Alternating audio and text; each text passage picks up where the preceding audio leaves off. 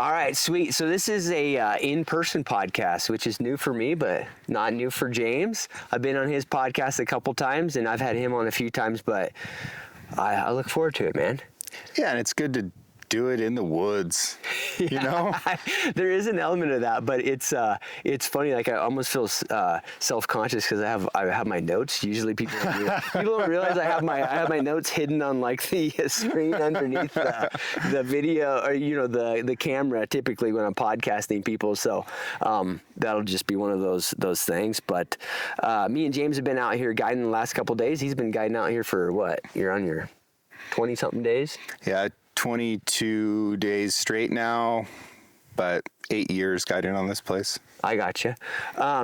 Dude, I want to, so just so everybody knows, we're going to dive in, we're going to go hard on the elk front on this one. But because everybody wants to hear about it this time of year and you've got a wealth of knowledge on that front, I think probably in terms of like your outward exposure, I think that's downplayed. That's my opinion. So I'd love to dive into that more. But before we get into that, I'm just teasing them with that. Let's hear your background, man. On the elk hunting front, I'd love to hear just, how you got into elk hunting, maybe even a little bit of family background on the hunting front and that sort of thing. James? Yeah. I grew up elk hunting as a matter of necessity. Like very much this is a major source of calories. We raised cattle. It was a pretty poor ranch, so we needed to sell all of our beef. So the meat that we were eating was from deer and elk. And I started elk hunting at the earliest of ages. And I started archery elk hunting when I was 12 years old. So my first legal hunting season, I was hunting with a recurve. Yeah, okay. And I'd shot a recurve from about 3 years old on, and I've competed with a bow for a long time, recurve, longbow, compound, all of it. I've competed in so many shooting disciplines. It's kind of crazy, and it's probably why I'm not really good at any of them. But yeah, it was always a matter of necessity. Grew up here in Northeast Oregon, old family ranch. And I started guiding when I was 14 years old, and I've guided various things for 25 years now. So I've guided, backcountry wilderness, horse and mule stuff. I've guided whitewater. I've guided fly fishing. I've guided saltwater fishing. I've done a lot of different things and so many different species within the hunting sector too. Everything from upland birds and turkeys and waterfowl to, large predators, and then, the standard deer, elk stuff, and Sure. Got to do it in a bunch of different states and even a little bit internationally. Dude, I gotta ask a question. I want like a candid response, man. Yeah. Because I feel like in some ways, me and you in the content world, we're a little bit inverse. I feel like there's a ton of things I enjoy beyond elk hunting and Western hunting, but I tend to, if I'm being honest, I get sucked back into that from the content perspective. And I'm not the only one, because the reality is, and the viewers might find this interesting, but elk hunting, it's such a draw that it sucks a lot of, I think, eyeballs, but money, gear, all of that. And so there's this tendency, and I'm not saying it's a bad thing, but that tends to be where my content goes. Why have you not done that? I think a lot of like what you just said, nobody knows about. Right. They know that you're an elk hunter, but that's kind of where a lot of it stops. Yeah. You know what I mean?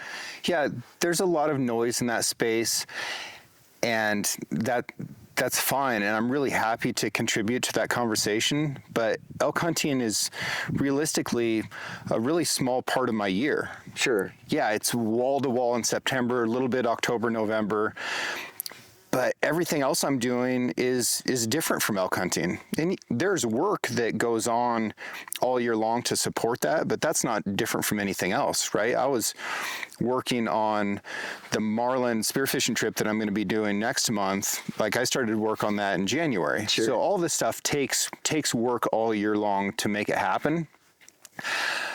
But why I haven't just gone full tilt down the elk road is because I'm interested in whatever is the best thing that's going on right then. Yeah, oh yeah. And that's what I'm going to be talking about at that time. So yeah, during September, I'll be posting elk stuff and giving people little tidbits that I think might help them.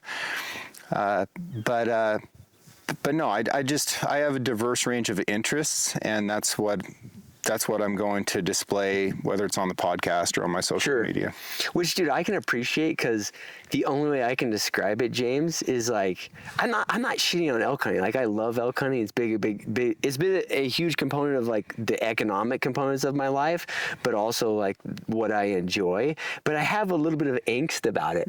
You know what I mean? Because I want to talk more about spearfishing. I want to talk about these other things. Not just that, like, selfishly I want to talk about them. I kind of wish that other people would, like, have the same level of excitement. I feel like I'm bullying my audience into listening to the stuff that I'm interested in a lot of times. And I know a lot of people are there just for, butchering content or for elk hunting content. Right. And I just drag them through the weeds of spearfishing and all this other stuff that I do throughout the rest of the year. And I'm okay with that. Yeah. And that's the thing, is you just have peace with it, which I get. I get too, and I do some of it also. But I'd be lying if I didn't, go back and look at podcasts like I've done with Tony, who's a mutual friend. I'm like, how the fuck does this only have 900 views? when some little calling technique that works for me and I like it and I hope it's helpful to people has 40,000 views. You know what I mean? Yeah. It's just I think it's interesting how these things, and I know we've talked about it a ton. I think it's interesting how they do change a little bit, but elk has been pretty steady since I'm a little kid. Since I was a little kid, like, it was always the thing to do out west. It's one of the most charismatic hunts out there, and there's good reason for it. The elk is a big animal. Yeah. He's hard to understand. They're beautiful, iconic in so many ways. Large antlers, right? That is a component of this. There's a lot of inches of antler that we're dealing with. The meat is good. Nutritionally, it's really difficult to beat what elk meat does for the human body. Like, across the scope of all game meat, elk is really at the top of the heap for what it does for you. And then they make noise, and we have this interaction with them through these calling scenarios, the places that they live. And they're a fairly accessible species too, because there's a lot of places that elk exist on public land. There's generous allotments for tags. The populations are very healthy. They're all over the damn place. So elk, I think, is one of the species most worth hunting in the world. Oh yeah. And we're really fortunate to have access to them, and very fortunate to have enough experience with hunting them that the encounters that we have tend to be of a higher quality, because we've made the mistakes in the past. Sure. And we get to make new mistakes now. Yeah. Hopefully they're smaller ones. No, I agree with all that, man. And it brings it kind of goes back to your history too. You've hunted elk in a lot of different, topography, pressure situations where you could just get a tag on public land. This place is a little bit different deal. It's a private ranch managed differently. So you've seen a big, bunch of jumps. And, and I over the years, I saw a bit of that, particularly, different vegetation, different topography, different elevation. But really, you kind of exposed me to, the private land deal a little bit more also. And the thing is that you learn, this is just my perspective. I want to hear your thoughts on it. Elk are super adaptable, where they can live, where they can make a living. I find it biologically amazing because they're so big. Mm-hmm. You can see them down in, western New Mexico, where you wouldn't think a goat could survive, and here comes a 800-pound bull. You know what I mean? And he's healthy. So they have this ability to do that, but I think it also makes them a little bit interesting from the hunting perspective, because you got to hunt them different ways in different places. Mm-hmm. We were talking about some of those dynamics this morning. So do you have any thoughts on that? Totally. Another interesting thing that I bet a lot of people haven't put together is that there's a direct relationship between a species' adaptability and the amount of destruction that they cause. Sure. And if you look at the amount of damage caused by various species in the U.S., elk is close to the top of the list. They're right up there with feral pigs, which is another extremely adaptable species. So whenever you have a species that can make it in all different biomes, there's probably going to be damage that occurs because of that. Sure. To various things, whether that's to timberlands or to agriculture or whatever. But it's just kind of an interesting correlation, and it shows that they can hook and jab and make it there. But not only does it require a different approach in different places, every day requires a little bit different approach. The time of day requires a different approach. And September 22nd of 2025, with close to a new moon, is going to require a different approach than September 22nd of 2024, which has an entirely different moon, different weather conditions, different amounts of pressure, different herd dynamics. So you need to be able to understand the social dynamics, the environmental conditions, and how that's going to affect their behavior so that you can predict it enough that you can get in front of that animal. But how does a guy get good at that? It's like it's multivariate hunting. Study and practice. Study and practice. Years of it. Yeah. Yep. Yeah. But because it's multiple variables, it's almost like, I mean, obviously the calendar is the calendar, but it's almost like you can't be that analytical about it. You almost have to just develop, to some extent, a feel. Like be able to gauge a temperature of what's going on based on a bunch of variables. You need to be adaptable. Yeah. Right? Learn from that animal. But the resources we have available today, when I was learning how to hunt elk, like actually hunt elk and not just go out and kill elk, which is a different thing, I would go to family members and be like, hey, what should I do? And they would say, you should go out in the woods and figure it out. Yeah. Like there wasn't even lesson sharing within my own family. Right. And now you have sure enough professionals in this field who I believe the best elk hunters today are the best elk hunters that have ever existed. Oh, I'm sure. I really believe that. And they are out there spilling the beans on how they do it, myself included. Yeah. Right? Because I honestly feel like the level that I'm at with elk hunting is such that I can tell people exactly how I do it, and that doesn't threaten my experience at all. Right. Because I don't know that anybody else is going to go out and put in the amount of effort into it that I have. So I can say, yeah, this is exactly how I do it. These are the calls I make. This is how I study terrain or weather or whatever. And yeah, people will grab bits and pieces of it, but nobody's going to grab all of it and go out and put in the amount of effort into it that I have. Like putting it together, you have to be in the field to do it. I know that sounds cocky. No, but it is what it is. I've worked really hard at it. No, totally, man. And it's not, it's not, I notice that about a lot of different activities is that you can, I mean, we all have this ability to leverage YouTube and all the resources out there. And I think also there's, maybe just in recent history, there's also the ability to it gets kind of screened a little bit, where a lot of the stuff you consume actually will work if you apply it, particularly in the situations that people have developed that strategy, and you can leverage it. But the reality is you still have to put the puzzle pieces together in the field. I mean, that's spearfishing. It's everything. It just takes time and effort. But you bring up something that's interesting to me that I think probably a lot of viewers of this and listeners don't realize this, particularly if they got into hunting in the last 5-10 years. Strategies and tactics and those sort of things, those used to be culturally kind of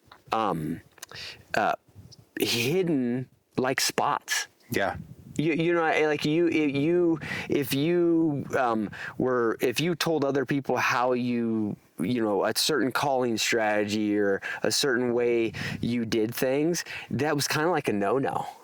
And people were extremely vague about it. If you talk to an elk hunter in the 90s and they were going to show you their cards a little bit, they might say something like, try cow calling. Yeah. It's like, okay, I'll try cow calling. And cow calling is this entire complex category of sounds with infinite nuance. But that was a big deal. If somebody gave you that nugget in 1997, you're like, holy crap, I've just been bugling, right? Right. And then we started breaking stuff down into individual packets of information within that. And they're like, well, you know, what about an estrus call? And then people are like, well, I don't even know what that is. And it became so ubiquitous that now it is a required sound that you make in an elk calling competition. Yeah. And I've yet to see it occur in the wild. Yeah. I don't think it's a real thing, you know? Which I'm laughing without context. I may be laughing like, people are like, what is he laughing about? I'm laughing because there's like, the amount of vocalizations that I know you've heard is pretty insane. Insane. You know what I mean? Insane. And there's, to this day, I hear new vocalizations all the time, and you know, sometimes I'll say things to people, and people think I'm crazy. But I'll say, you know, I'll hear like a cow hiss. Mm-hmm. Like, it's a real thing. Yeah. It's, I don't know what else you would call it. They hiss at each other when they're pissed, you know. But you can spend a lot of years hunting and never hear that, because you got to be pretty close to them. They got to be pissed. They got to be pissed at another cow. So there's just all these sounds that I still pick them up. But you're exposed to so many. It is kind of interesting to hear that. Bulls making cow sounds. Oh yeah, sure. If I weren't seeing it on video, I would think that there's no way. There's no way. That sound for sure came from a cow. Yeah. And then I watch the video and I watch his dirty bull lips move, and a cow sound comes out of it, but with some nuance, right? And then if you can start to detect that and you hear it in the woods, you're not going to discount it as a cow sound. You know that that was actually a bull that made that sound. And I remember when I saw this in the video that this was his disposition at that time, and what decisions can I make about that animal so that I can go get in front of him somehow. It's just all tools in your belt. Sure. Yeah. I gotta ask just your opinion on it. Guys, I've been using onX Maps for almost 2 decades now, hunting, guiding, outfitting. It is the gold standard tool when it comes to mapping software in the hunting world. They've been a huge supporter of my content for multiple years. So if you want to support me and you want to support them, use my code CliffG for 20% off at onxmaps.com. It is an awesome tool that I use all the time when I'm preparing for hunts, and I use it almost every single day in the field. For navigation, knowing unit boundaries, knowing private land boundaries, it is the tool you have to have. James, why do you think that why do you think there's been that shift in all of a sudden the information just being out there? Our ability to communicate with larger audiences quickly. Okay. Yeah, and I would agree. I think that's part of it. I think part of it is economic incentive too. Mm-hmm. You know what I mean? Just the reality that it's however you want to look at it, there's pros and cons, and I get both sides, but people wanting to sell calls, people wanting to, build exposure, that sort of thing. It helps if you're telling people stuff that works. And, I think that's probably part of it too. When I was, dropping off clients' meat and skulls in town last week, I stopped by the archery shop because we don't get mail out here, and I had some packages that were sent there. Town's a couple hours away.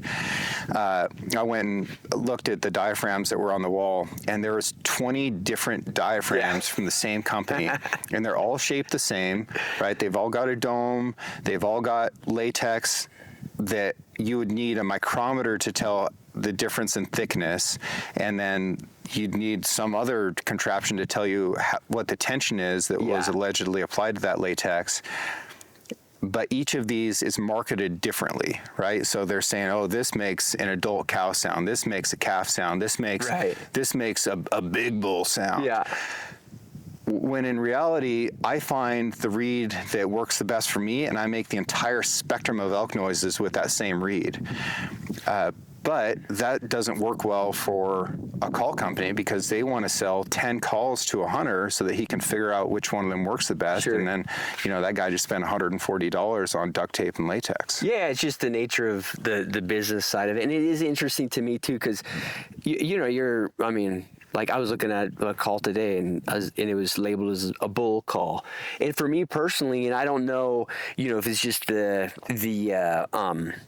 how my mouth is structured or whatever, but it sure seems to me like a I know that you use the same reed for everything, but a guy that I use essentially, if I'm only cow calling, I'll use one reed and then I'll use another reed. I feel more comfortable bugling with it, right?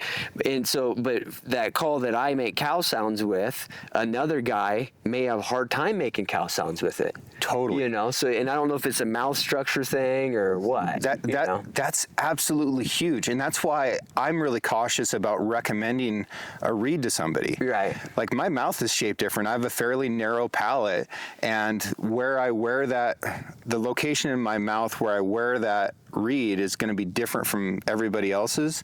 It's one of the reasons that I don't really recommend boots or shoes to people that much. Like go find what fits you. Yeah. And this is just a different part of your body that's very much the same. So yeah, you've got to spend money and try a bunch of different reeds till you figure out what works. And then when you figure out what you can make sounds with, get really good at making sounds with that reed. Yeah, and to some extent, you got to kind of ignore a little bit of the marketing. You know what I mean? Because you might potentially all of it. Yeah. Because you might end up with finding something. But it is. We should do a little history lesson on this because I find it fascinating. I forget. I remember as a kid, my dad having these little rectangular. They were a rectangle, and you could open them up, and they had like rubber bands. Yep. And he'd shove them down in a bugle tube. Yep. And bugle tubes back then were just a tube. They didn't. Yeah, it was a vacuum cleaner hose. Yeah, it didn't have a bunch of cavity to them, Mm-hmm. and that wasn't that long ago, man. Like, it was like, I guess 35 years ago or something like that. And then diaphragms, my understanding is that Wayne Carlson introduced them, but I don't know if that's the case or not. Do you know the history? So there were a few guys that were doing it all about the same time, and it came from the turkey reeds. Right. So the guys from down south who were turkey hunters and were learning how to use mouth reeds to call for turkeys, learned that they could make cow sounds with that, and eventually learned that they could bugle with that. And, that stuff came west, but it was for sure the southern turkey hunters. And it took over. Who brought that reed out. But open reeds were still, even like open reed bugle tubes, were still probably the best sellers maybe until like 2010. Right. And then mouth reeds started to win out. But it takes a while to get used to it, and people gag on them; they're uncomfortable. Yeah, sure. There's a little learning curve to read. Now, I got a couple questions on that. I find it interesting that there's these big shifts in industries or big shifts in like hunting tactics, tools, or whatever. And in diaphragms for elk calling, if you just got into elk hunting in the last 15 years, you're just going to assume that that's it. Mm-hmm. That's 90, at least 95% of the sounds. I'm probably even underestimating it. That hunters make are on a diaphragm call. So one question is I wonder if any time in the future that could make a big shift, and all of a sudden we're using a different type of call. It needs to. Yeah, and I want to get your depth on that. But in your answer to this, James, I want to hear. Do you have a thought on? Do you think elk learn that? Hunters, like the type of sound that hunters are making is more diaphragmy now, and so like is it to me? I even almost feel crazy saying it out loud. But do they learn that that hunters tend to sound that way because they're all using that type of call? Do you got any thoughts on that? Yeah. Even more so than that. So not only do I think that they learn the sounds that are created by specific calls, whether that's, an open reed call, a hoochie mama, like I think elk today sign a contract when they're born that says they will not come into a hoochie mama. But when it came out, it was awesome. Yeah. People were clubbing them like seal pups. Sure. And it was so easy to use. But then the effectiveness of the hoochie mama dropped off. And I think many hunters experienced that. That's evidence that the elk learned this sound. Right. And it seems to be generational knowledge. Yeah. Which is very, very interesting. Which, dude, more and more as I go through the outdoors world and hunting world, I think that generational knowledge is like something that we, for some reason, think that humans are only doing it, but I'm starting to believe it's prevalent in every animal. Yeah. I mean, including sharks, fish, elk, bears, coyotes, everything, you know. What's interesting to me about generational knowledge is that we don't get more of it, right? Yeah. We're born with instincts. Every animal is born with some instincts. Sure.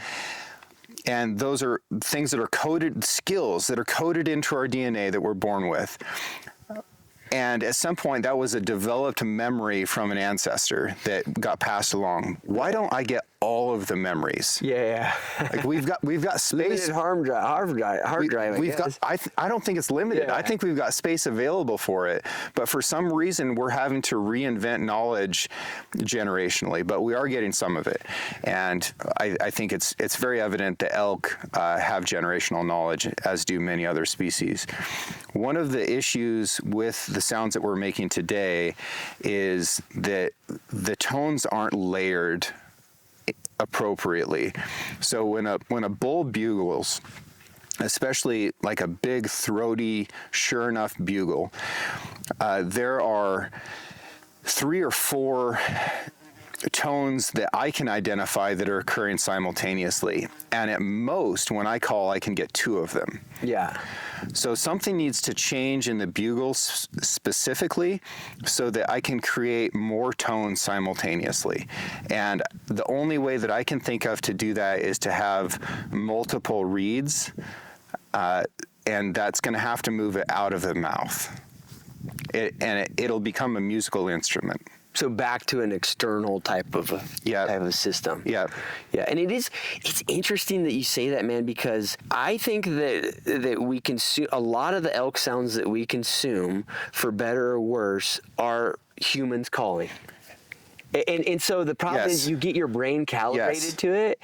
And, you know, I was guiding with Justin this morning, and I would call Justin just from one morning like an exceptional elk caller. He could probably go do pretty damn good in an elk calling contest. Yep. And I'll listen to other people. They're very good at it. But then it's like I get calibrated to that, James, and then I go into the elk woods, and they're all better callers than me. But I am like, oh, they sound a little different, though. It's just I'm calibrated to a human making elk sounds, you know? And a huge mistake that people make, and I understand why they make it, is when they practice, they go find a video of a human calling and they try and imitate that human. One of the reasons that they do that is because it is really hard to find good elk audio out there. Yeah. So something that I've done, and by the time this comes out, people will be able to do it. I have a podcast that is just elk sounds that I recorded with extremely high fidelity out in the woods during the rut. I want people to go out and listen to those sounds and try and imitate those elk rather than imitating somebody who's on a calling stage. Yeah. Dude, it's funny, man, because I would even add to it, because I deal with this a little bit personally. When you call, what you hear is different than what if you were next to that tree. And so what I have realized is that I can listen to elk sounds, and I can put it on my phone or whatever. I'll put on the audio of real elk, and then I will call anytime there's a quiet spot in there, and then I'll go listen to it. And sometimes I'll listen to that and be like, oh, I sound horrible. And then other times I'll listen to it, be like, oh, I'm getting very close. But it's not when I think. Yeah. And I think it has to do with that what I hear out of the reed out of my mouth. It's not what this, you know, there's a difference, you know. It's just like, I think a lot of people have had the experience of hearing their voice on a video or something like that, and they're like, oh my God, that's horrible. Is that what I sound like? When you're making those sounds out of your mouth, you're hitting a different tone than what an external entity is hearing. So one of the ways that you can defeat that is listen to the way your voice sounds when you're talking, and then record it, play it back. Now, is that an octave higher or is it an octave lower? Because that's what it tends to be, right? It's just a change in an octave. So now when you make your elk sound, make it an octave higher or lower so that you can It might sound like it's higher in your mind, but out to those elk, it's going to sound like it's lower. For me, I have to go higher for what I'm hearing in order to get it the correct tone for elk. So the sounds that I'm making sound like they're too high for me, but externally they're hitting correctly. Right. And the only way to do that is what you're talking about with actually recording and playing it back to yourself. Yeah, and it's easy to do. I mean, it's not hard to do, but it's for sure not what most people do. Yeah. You know what I mean? I took singing voice lessons this year so that I could hit tones differently. Yeah. Yeah. Yeah, no, I mean, it makes sense. If you want to sound like them, I mean, you gotta, that makes sense to practice actually listening to them and sounding like them. Man, if you were, because we're getting pretty deep here on it, if you met some guy who's going on his first.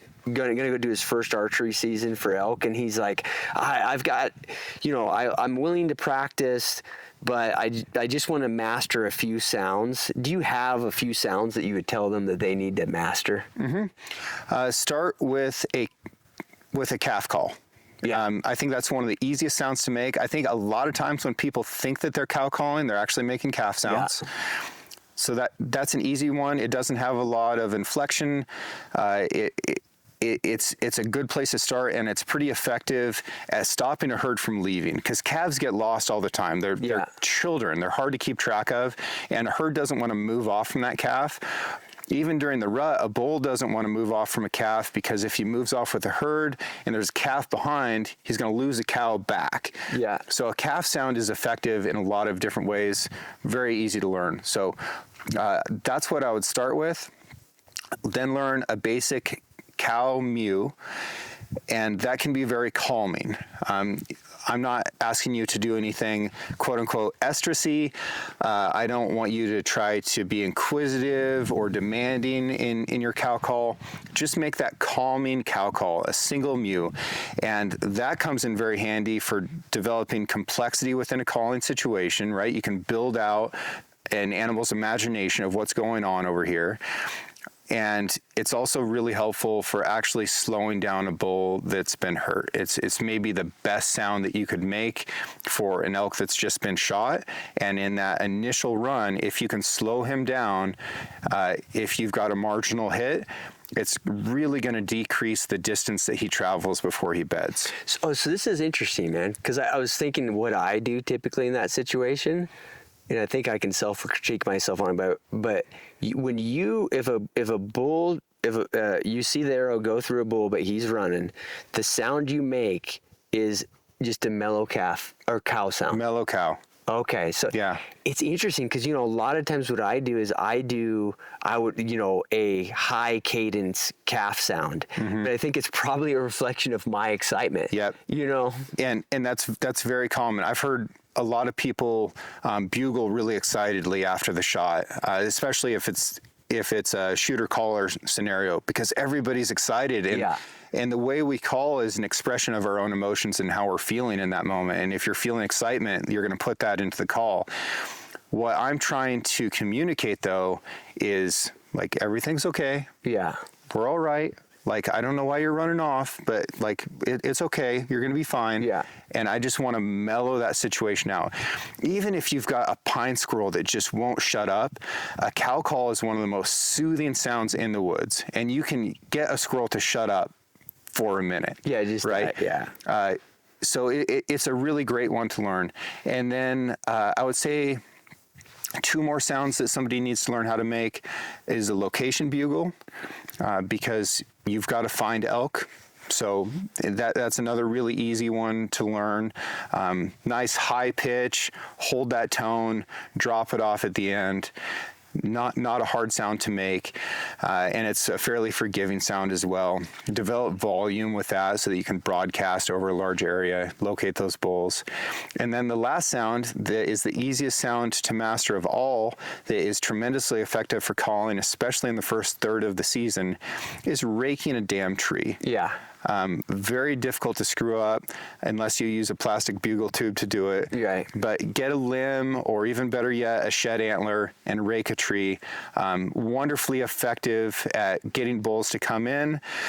It's a hard sound to screw up, and it doesn't cost you any money. Yeah, it almost, like you said, almost zero learning curve to it. Yep. Like you're not going to mess it up. Yep. There's a lot of variation when they're rubbing their antlers and that sort of thing. Rubbing and raking, different deals. Yeah. All right, guys, my elk hunting course is up at pursuitwithcliff.com/elk. So many courses are 90% how to call elk. And yes, I touch on that, but I cover so much more that's important. In particular, I try to get you in the mind of an elk, how an elk thinks about staying alive. Once you understand that, once you know how to apply it to the wind, how to apply it to your stocks, you are going to be way better at killing elk. I even do a whole couple hours on shot placement. From what I've seen, over hundreds of elk hunts, exactly where to put that arrow, exactly where to put that bullet. Go check it out, pursuitwithcliff.com/elk. I'll see you guys there. No, for sure. It's all that's good stuff, man. The calling guys can get. I've noticed myself for sure. Over a decade. It's maybe I'm just a slow learner. It is taking. I used to get out of the scooter or get off the horse and walk 10 feet and just start vocalizing a ton. Mm-hmm. I did that for years. You know what I mean? And I probably part of it was just practicing, while I was in the field or whatever. But how do you look at that, James? And do you feel like you feel like in general guys call too much, too little, or they lack situational awareness about the elk, or do you have thoughts on that? Yeah, generally I think people call too much, and calling elk is really alluring because it's exciting. Sure. It's engaging. It's what we see the most in media, but just because you can doesn't mean you should. Right. The least number of calls that you can make in order to kill that bull is the best number of calls to make. Yeah. So, generally speaking, we want to start with the least aggressive sounds that we can, and you never want to make a sound that's more aggressive than the one that the bull just made. So I like to match their intensity and then allow them to be the one that escalates. I want to have the last word in the conversation, but I want him to be the one that's constantly ratcheting up that intensity, and then I'm just kind of following along and just annoying him into making a mistake. But these bulls, when they're ruddy, and I don't care if it's public land, private land, high fence, low fence, whatever, when a bull elk is sure enough rutting hard, he's thrown caution to the wind to a large extent. Sure. And that's why we're able to kill them with bows. Yeah. And that's why you see people hunt whitetail with a bow throughout the entire whitetail season. You really don't see that with elk. Like once the rut is over, the bows absolutely vanish. Yeah. And that is something that's fairly unique to this species. Yeah. And we need them to be so flooded with testosterone and lust for breeding and for fighting that they're willing to make a mistake. 'Cause the rest of the year, they're not going to. Yeah. It's a good way to put it, man, because I do find myself I feel like I've built this intuition over the years. A lot of times when I'm in the thick of elk, the bull that maybe we're targeted or focused on, I'm not worried about him seeing me at all. I'm worried about just running into something else or elk around him seeing me. Yeah. In my mind, I have no worry at all that he's going to see me. Yeah. And I think that's just because he's never the one that sees me. Right. It's the other elk that see me or screw it up or get things going. You say see, I say smell. Yeah. Yeah, even that, but that's a good point. Even that, like you're saying, from your perspective, a bull that's rutting like crazy, he's even going to bring down their peak sense. Most elk hunters will agree will be scent, smell. Like generally, they're not going to tolerate it. But your view is that they're even more tolerant on that front. Yeah. And for several reasons. One is just how kind of crazed they are. Sure. Oh yeah. Another is, and people don't think about this one nearly as much, because of all that rubbing and raking. I find a lot of debris in that elk's face. When they bugle, these glands under their eyes dilate. Yeah. And I oftentimes find bark and stuff shoved down in there, also into their sinuses as well.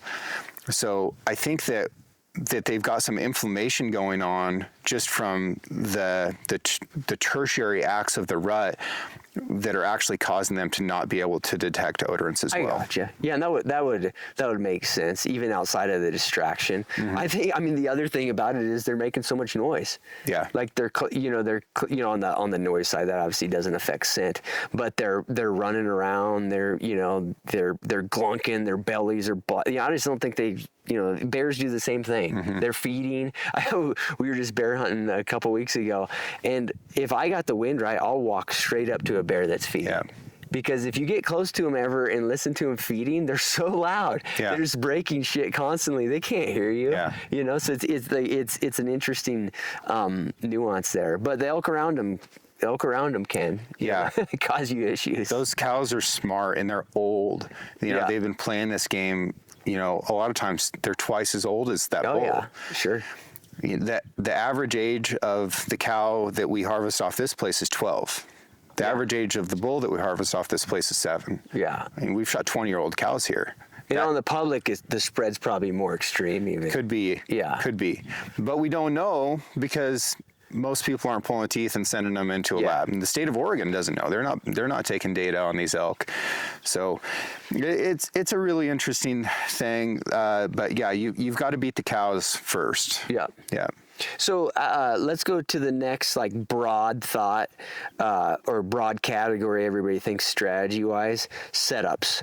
Yeah. So on setups, what's the low-hanging fruit for the new guy? Like doesn't know anything.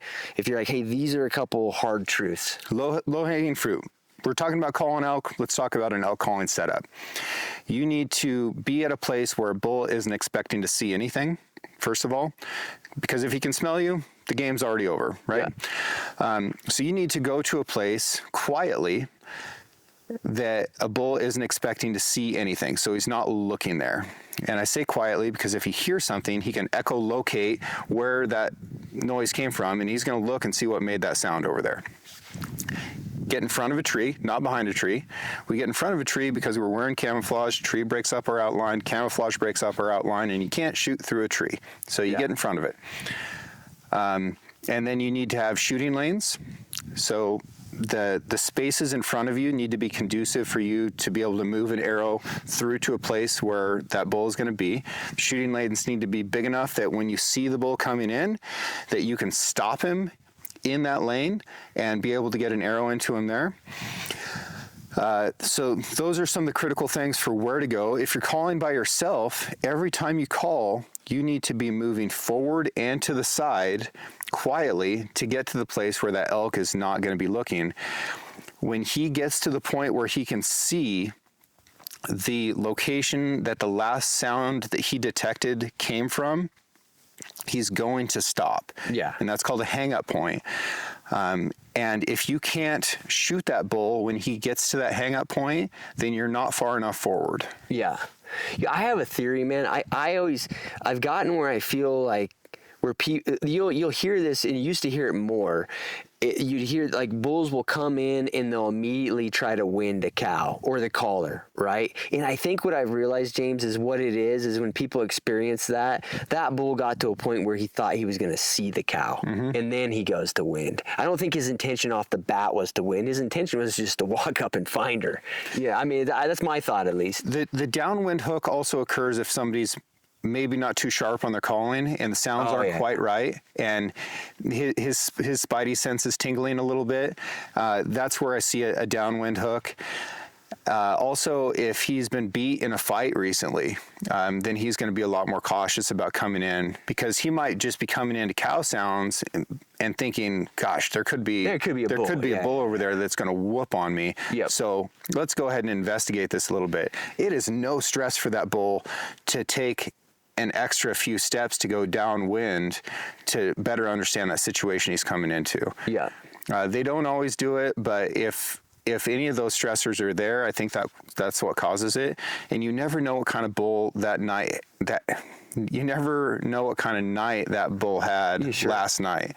And that is really going to affect his behavior. I've seen, there's a 13-year-old bull out here that we'd hunted for 4 years, and he got beat in a fight and broke a main beam. And we'd called him in the day before. He was really aggressive. And on the way in, he got in a fight. The next day, he got in a fight and broke that main beam. The day after, I found him like 5 miles away on another camera. He left. He was out of it. Yeah. He was done for. And I never saw him again that season. Ended up killing him the next year. Yeah. Yeah, and that's just a reflection of like that day was a different deal, and they beat the shit out of each. I don't think people realize how bad they beat the crap out of each other. I mean, they're burying these tines into each other. I mean, imagine. Yeah, it's like, I mean, it's pretty easy. I try not to do this, but I think it's a good example to do it. It's like if you got into a bar fight the night before, like you're going to be in a different mood. Yeah. Particularly if you got the shit beat out of you. Very much so. I mean? So what you're going to do in the morning is a totally different deal. Yeah, I find broken off tines underneath the skin that their skull is forming around.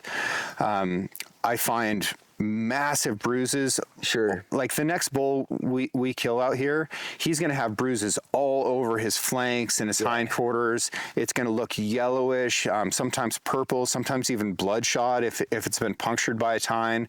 Like they are really beating on each other. In early season, you see them sparring and fighting and clacking antlers a little bit. And then when you get into the teen days, they start to push each other around. During this phase of the rut, from like the 19th onwards, when these bulls fight, they're trying to kill each other. Sure. Yeah. They're willing to give it all up. Yep. Is basically what it comes down to. Yeah. All right, James, I forgot where we were. Yeah. Do you remember what we were talking about? I don't. I bet it was elk. Yeah, and I'm sure. Yeah, it was something about elk. So another technical difficulty, but that's okay. We're just gonna bump into the next subject because I think this subject, James, on the elk front, there's a lot of I want to call it bullshit, but I think that's unfair because I actually think that a lot of us as hunters, including myself, when it comes to tracking wounded animals, the exposure we have, even guys that get a lot of exposure to it, it is separated by so much time, it becomes anecdotal. And we almost create a story about what happens to support whatever we predetermined is the right decision. Yeah. I hope that makes sense. It's like memories of memories. Right. So in the U.S., at least, there's very few people that actually get to iterate on tracking like one this week, 1 2 days later, 1 3 days later, and I think you're unique in that way. So low-hanging fruit on tracking elk, and then we can touch on shot placement a little bit too, but we could do a whole podcast on that. So what's the low-hanging fruit on those two things? What are your thoughts? Let's dig into that a little bit. Okay. The story most of us have been told is after you shoot something with an arrow, you need to wait 30 minutes, 45 minutes, an hour. Those are the three things that we hear most often. I think we need to get rid of that. What I find is that an animal is either dead in a minute or two, oftentimes less than a minute, in seconds if it's a good shot, or it's going to take 4 to 5 hours, or maybe a heck of a lot longer than that. Yeah. So I don't find anything that dies between 5 minutes and 60 minutes. I've just never seen it, and I've seen it a lot. So the whole wait an hour thing, what tends to happen is if that animal isn't dead within 150 yards where it died, just within a few seconds, if you wait an hour, you're going to go down that blood trail, or you're going to not have a blood trail and you're going to go out looking. You're going to bump that animal out of its bed, which is going to be somewhere between 200 and 400 yards, and then you're never going to see it again. And unfortunately, a lot of people have had that experience. So the low-hanging fruit I have is if you know it's a great shot and you've got fantastic arrow penetration and you've got a good broadhead that isn't prone to failure, just, listen for that animal to crash in the woods, give it a minute or two, and go get him. Yeah. If it's a marginal shot, then go out to that 150-yard mark down the blood trail, marking the blood trail as you go, or marking the tracks as you go. If you haven't found that animal dead by that 150-yard mark, you need to really quietly back out, and you need to come back 5 hours later. Yeah. And man, I know people are like biting the air hearing that right now. Yeah. But I've just seen this so many times. I put in, and I counted this up on Onyx, in the last 10 years, which is how long I've been recording my blood trails on Onyx, I've put in over 100 miles of blood trailing. Yeah. 100 miles of blood trailing and dry tracking. And I separate the two. Blood trailing is great. It's definitive. You're looking at blood. You're following that. That's pretty self-explanatory. The only details I would say is don't just look at the ground. Also look at the bottom side of pine needles and things like that. That tends to give you little specks of blood that you might not see otherwise. Oh, they got flipped. Yep. Yeah. And it's usually on the bottom side. So anywhere that I think that animal went through, I'm picking up those limbs, looking at the bottom side of those needles and looking for blood. And I've found that a lot of times it's given me enough direction to keep going. Dry tracking is an entirely different deal where I'm just going off that animal's hoof prints in the ground. Things that I'm really looking for, and I end up doing a lot of dry tracking because it's just the nature of archery. One thing is I look for what I call stress tracks. So when the animal's running and he's been hurt, his hooves land like this, spread out, and then he grabs the ground a little bit as he's going, and it makes this little ridge between those two hooves. And I've seen that enough times that I can recognize it really, really well. You're talking about single leg. Yep. The two hooves, the ridge between. Yep. Okay. So that space between the two hooves, they grab that ground, and there'll be a little ridge of pressed up ground in between those because they're running with their hooves splayed out a little bit, and they just pinch up as they go. So I call those stress tracks, and that tells me that animal's wounded. And I find this with rifle, with archery, all kinds of stuff. As they continue to go along and they're succumbing to those injuries, that becomes even more pronounced, where their hooves are getting splayed out even more, is like they're trying to balance and feeling heavier almost. So I really look for stress tracks. I'm also looking at that specific track and studying it, setting something known down next to it, like my phone or knife, so that I can get the exact size of that track, and then trying to find the difference between the rear and the front, because they're going to be different sizes. Bull tracks are more clubbed off in the front than cow tracks, because they've got more weight out in the front. Sure. So cow tracks are pointier. Things like that are real basic that you can begin to understand. And then the more advanced level that can be really helpful are pressure releases. So every track has a pressure release. When an animal steps, they roll and push forward, and the ground moves away opposite their direction of travel. And that is the pressure of their movement, the release of the ground, pressure release. If you run perpendicular through that at a 90-degree angle, straight through it, that is going to point at the next track. So as long as you have a track, it will point at the next one. And if you're diligent, you'll never lose a track like that. You can lose it if animals move over the top of it, if it gets in ground that's too hard that it's not showing you the next track, or if it's a substrate like what we're in right now, where the grass can spring up and hide that track. But for a few hours, relatively easy to follow if you know what you're looking for. Right. So on the pressure release, James, let me understand this correctly. It doesn't mean that the direction of travel is the apex of the hoof. No. It's explain like the actual I'm curious, like the actual details of what you're talking about. It's in the mud. So let's say we got mud, so we can get a very clear track. Yep. You're looking at how the mud is actually pushed back behind the track. Yes. And one of the greatest things that somebody can do if they want to get better at tracking is to build a dirt box and walk through it. And then wait an hour and walk through it again. And then wait an hour and walk through it again. Now you can start to see how these tracks erode over time. And then walk through it while you're looking to the left. Yeah. Walk through it, and then on your last track before you step out of the box, turn to the left.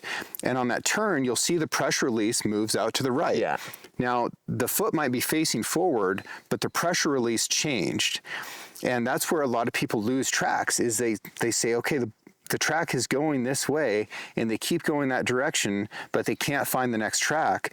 Well, what happened is that animal changed directions and then stepped over here. Yeah, and so the now apex of the going off hoof, to the side. apex of the hoof was that way, but he was actually pushing this, like. Yeah, and a lot of times it's not that clear, right? It's not in soil or vegetation that's going to really clearly show that track, but you can see some of that twisting movement, and you can see that pressure release moving away from it. To an extent, you can see pressure releases on top of hard rock. Yeah. Other things that I'm really looking for are pine cones, rocks, and limbs that aren't where they were. Yeah.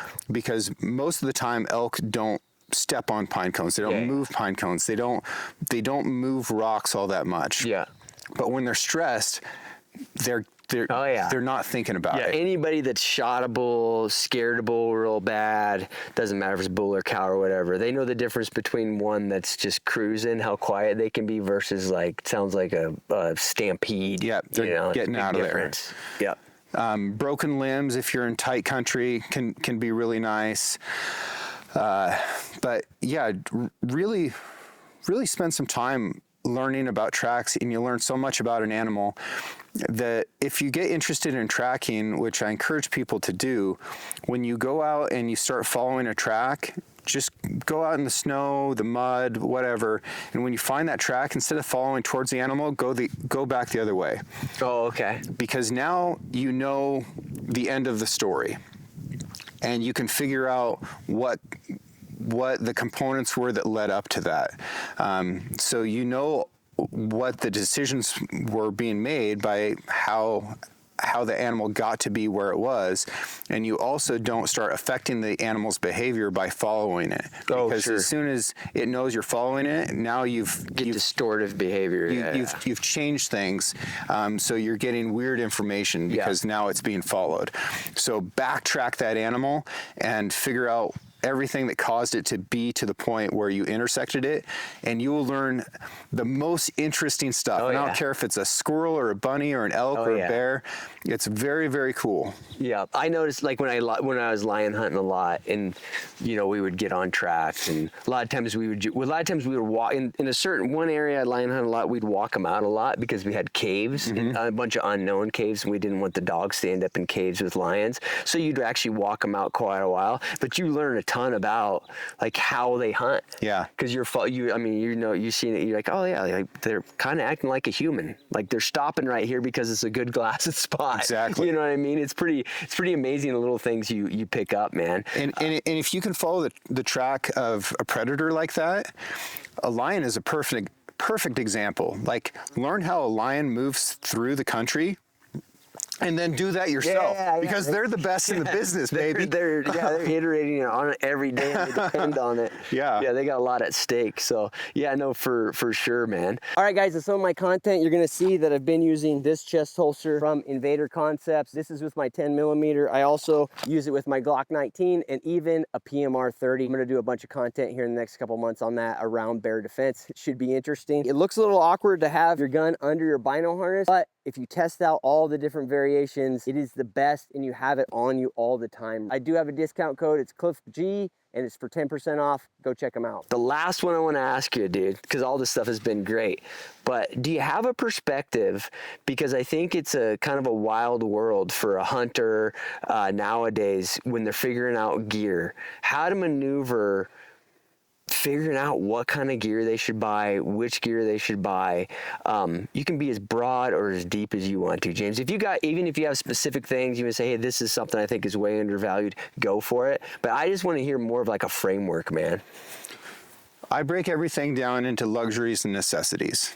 My necessities are, what do I need to have to survive, just to like physically make it home alive from this deal, and to be effective at my goal of going out and killing an animal and then getting all that meat safely back from the field. That stuff ends up being fairly clear. So you start with those necessities, and that's going to be the stuff you need to keep your body functioning in whatever environment you're in, and then a couple of those components for an emergency, and that should be like a lighter, and a little bit of parachute cord and a knife maybe. Sure. And then when you get into the luxuries, that's like, okay, this would be pretty nice to have. This might make me a little bit more effective. And I'm looking really closely at how much that stuff costs and how much it weighs. Yeah. And that's how I'm making those decisions. Knives is a big one. All the knives that are used by hunters, for the most part, are not the same as the knives that are used by professional meat cutters. Sure. And that one's fascinating to me. So, go down to your local butcher shop and see what kind of knives they're using. Yeah. And maybe just buy some of those. It's just cultural. They're cheaper and they work better. Yeah. It's just cultural, and it's funny because, like, I do it too. There's for sure. I mean. And I'll have this debate with somebody, like even if you're boning out elk to like put in a backpack, a cheap boning knife, it makes taking a back strap off so much better. Oh yeah. All that stuff so much easier. But people don't hunt with them, including myself, and I think it's just I don't know what it is. I honestly think that it's a bit of it is just like culture, like the cultural component of it, and we like to have nice knives and lots of variation, and I don't know. And I do too. Like, I have knife drawers, I have knife racks, I have so many knives. But what I've learned is the knives that are used by professionals are inexpensive and they work better and they last longer and they're awesome. You're gonna have to take some duct tape and some cardboard and make yourself a sheet. Yeah. It's funny you say that, because I think that's like a hang up for a lot of guys. Yeah. They're like, oh well, you can't put the like a Dexter. That's just the brand that I always end up with, because they're which are fantastic. Yeah. But you gotta make your own little duct tape cardboard sheath. There's no cool guy clip to hang it off your shoulder. Like you want to be 90s Delta Force or something. But so that's one thing on knives. And I get your angst on it, because they are way better. They're better. Like they are. There's no doubt. And I always use the back strap, because I'm using the wrong term, but coming down a back strap, there's like a little kind of feather bone's not the right, but there's a subset of the spine right there. Yeah. And it's hard with anything other than a boning knife. Yeah. It just is. Yeah. When you're doing those marking cuts, and you can get a better meat product out of it. Yeah, for sure. Camouflage colors, I think, are largely overrated. Okay. I think textiles might be underrated for Western hunting. We recently had some young fellas die in Colorado while they were elk hunting. Textiles might have been something that made the difference there. If they would have had better gear to keep their bodies warm, they might have survived the that. Effectiveness of the layering system. Yep. Yeah. Yep. It's I think it's a good point, James, and I don't know their situation or whatever, but there's it's actually not that hard. They may have been dealing with moisture and whatever else, but I've had to spend a couple nights out on goat hunts with just what I had in my pack, and you can stay if you have a good layering system, like you're actually doing the protocol. It does matter. You can survive a night pretty easy. Yeah. Yeah. Even comfortably. Yeah. So don't stress too much about like the brand or the colors. Like, everybody's making good stuff these days, but do kind of take a look at the effectiveness of the actual textile, the fabric that's being used, as far as its ability to keep you warm, to keep you dry, to let you dry out once you've become wet, things like that. And then you're going to evaluate by cost and weight. Yeah. For sure. Dude, if you're bootstrapping it, go down to a military surplus place and get your hands on some wool, and you'll be okay. It'll work. Yeah. Yep. Yeah, it's funny because it's making a bit of a resurgence back. It's very interesting. Not to get into the nuances of it, I've been wearing more wool layers lately, but man, at least for me personally, there's one area where like that. I have a 10-year-old Kuiu puffy in there. It's a synthetic puffy. On that particular item, wool can't compete. Yeah. You know what I mean? I don't know what it is about it, but having that, even if I layer it between two wool layers, like that thing for the weight, it's just better. Yeah. It's just like a modern technology that is better. But in general, I'm a huge fan of wool. So yeah. Man, one of the most underrated pieces of gear out there for any actual backcountry hunt, and let's define backcountry by you're more than a mile away from your pickup. Let's call that backcountry. Trekking poles. Oh yeah. Like, it's going to make you so much more effective. It's safer. Like, people with trekking poles are injured at a rate that is so much less frequent than people without them. And then when you actually get to carrying meat, it makes a big difference. Yeah. And you can get fancy ones, you can get cheap ones, you can cut some damn sticks, but like, go ahead and do that. And as you get older, you will start to experience joint pain. Oh yeah. So take care of yourself when you can. I got yelled at by an old woman in my early 20s for not using trekking poles. And initially I scoffed at it, like I'd scoffed at everybody I'd ever seen using trekking poles prior to that, and I'd call them all kinds of derogatory terms. But I thought about it for a second, and I was like, this gal is 4 times older than me, and she's still out here in the woods, and she's telling me this one thing, like, let's go ahead and try that. And never looked back. I think trekking poles are awesome. Dude, my thought on trekking poles is the earlier you start using them, the less weight you have to put on them when you're older. Yeah. I truly think that. Yeah. There's same deal. I'll run into some guys. I'll be packing out the animal with some younger guys or something. They will, I don't need them. And I'm like, well, dude, the fact you're not using them is going to make it so when you do need them, like every step you're putting all your weight on the, I mean, they do make a huge difference, man. Yeah. But good deal, James. Tons of good tidbits in this one, man. Where can guys follow you? Six Ranch Outfitters on Instagram, Six Ranch Podcast, anywhere that people listen to podcasts. But yeah, like, rather than spending your time doing that, I would encourage people to, if you've got a moment, like, spend it being outside. Yeah. Even if it's in your yard, if it's in a park, I really want people to just spend a little bit more time outside. Don't wait for the weather to be right. Just try to get outside a little bit more. Yeah. Yeah. I think that's a great takeaway. Even in September, because I know, James, there are guys that have been planning a hunt for 9 months, 10 months. And right now they're debating whether or not to go because they have life stuff. They need to I know I'm not trying to be pushy, but you got to go. Yep. You know what I mean? Yeah. The life stuff is going to be there whether you go or not. Yeah. It'll be there when you get back. There'll be new life stuff if you don't go. That's right. So just go. Yeah.